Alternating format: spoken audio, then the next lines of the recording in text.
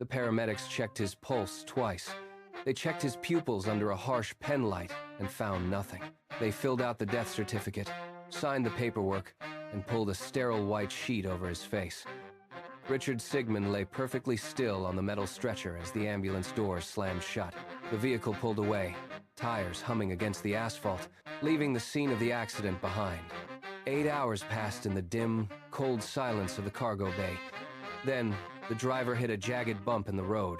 A heavy, hollow thump echoed from the back. The driver slammed on the brakes, the vehicle skidding to a halt. He sat frozen, white-knuckled, listening. A low, raspy moan drifted from under the sheet. It was not the wind. He stepped out, walked to the rear, and pulled the latch with trembling fingers. The sheet moved. Richard Sigmund was breathing. The man who had been declared dead hours ago was now sitting up, his hands clutching the cold edge of the metal stretcher. He looked at the driver, his chest heaving with the sudden, violent return of air. Richard did not speak of the accident. For 36 years, he spoke only of the 8 hours spent in the space between heartbeats. He described a city of blinding radiance where the streets glowed with an internal, golden light. It was not a reflection. The ground itself emitted warmth. He pointed to the air, insisting that the trees and buildings there possessed a clarity impossible on Earth. He recalled fields teeming with children, watched over by massive, silent beings who lifted them toward the horizon with effortless grace. He spoke of hearing 1,000 distinct voices weaving together into a single, perfect chord of music. It was a sound that vibrated in his marrow. He recounted seeing familiar faces, a grandmother and a long-departed pastor, appearing as if they had never known a day of fatigue. Then, the environment changed. The ambient wonder began to compress. He moved toward a light so intense it felt like a physical weight, pushing against his chest. Every step forward required more effort. The golden glow sharpened into a brilliance that demanded his full attention. The pressure mounted, steady and absolute as he neared the center of the radiance. He stopped before the throne. The brilliance was absolute, a presence that stripped away all pretense. Richard braced himself for a tally of his transgressions, for the dark ledger of his faults. Instead, the light shifted. It revealed the gaps in his life. He saw the moments he had stayed silent when he should have spoken.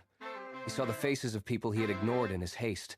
He saw the specific, small kindnesses he had consciously withheld, the warmth he had kept for himself. The realization hit him with the force of a physical blow. He did not cry for his sins. He collapsed under the weight of his own apathy. He wept for the love he had failed to give. The silence in that place became a roar. It pressed into his very core, exposing every hollow space in his character. He was shattered, undone by the clarity of his own missed opportunities. Then, the foundation of the light itself seemed to vibrate. A voice spoke, resonant and vast, echoing through the architecture of heaven. It was not an invitation, but a command. Return. The word hit him like a shockwave, tearing him away from the throne and hurtling him backward through the radiance. The van lurched. Richard gasped, his lungs burning with a sudden intake of cold, damp air. He sat up, fingers digging into the edges of the stretcher, the smell of road dust replacing the golden radiance. The driver stood at the rear, shaking, staring at the man he had just declared dead. Richard did not explain. He simply climbed out.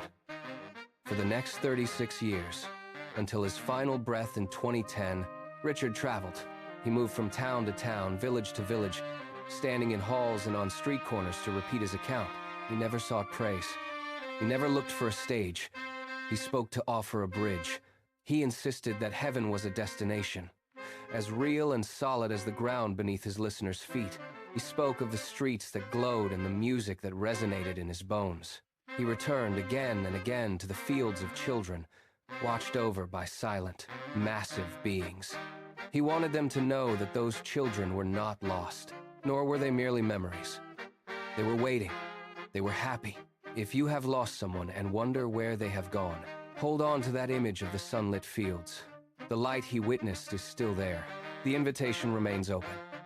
If this story has reached you, the account is complete.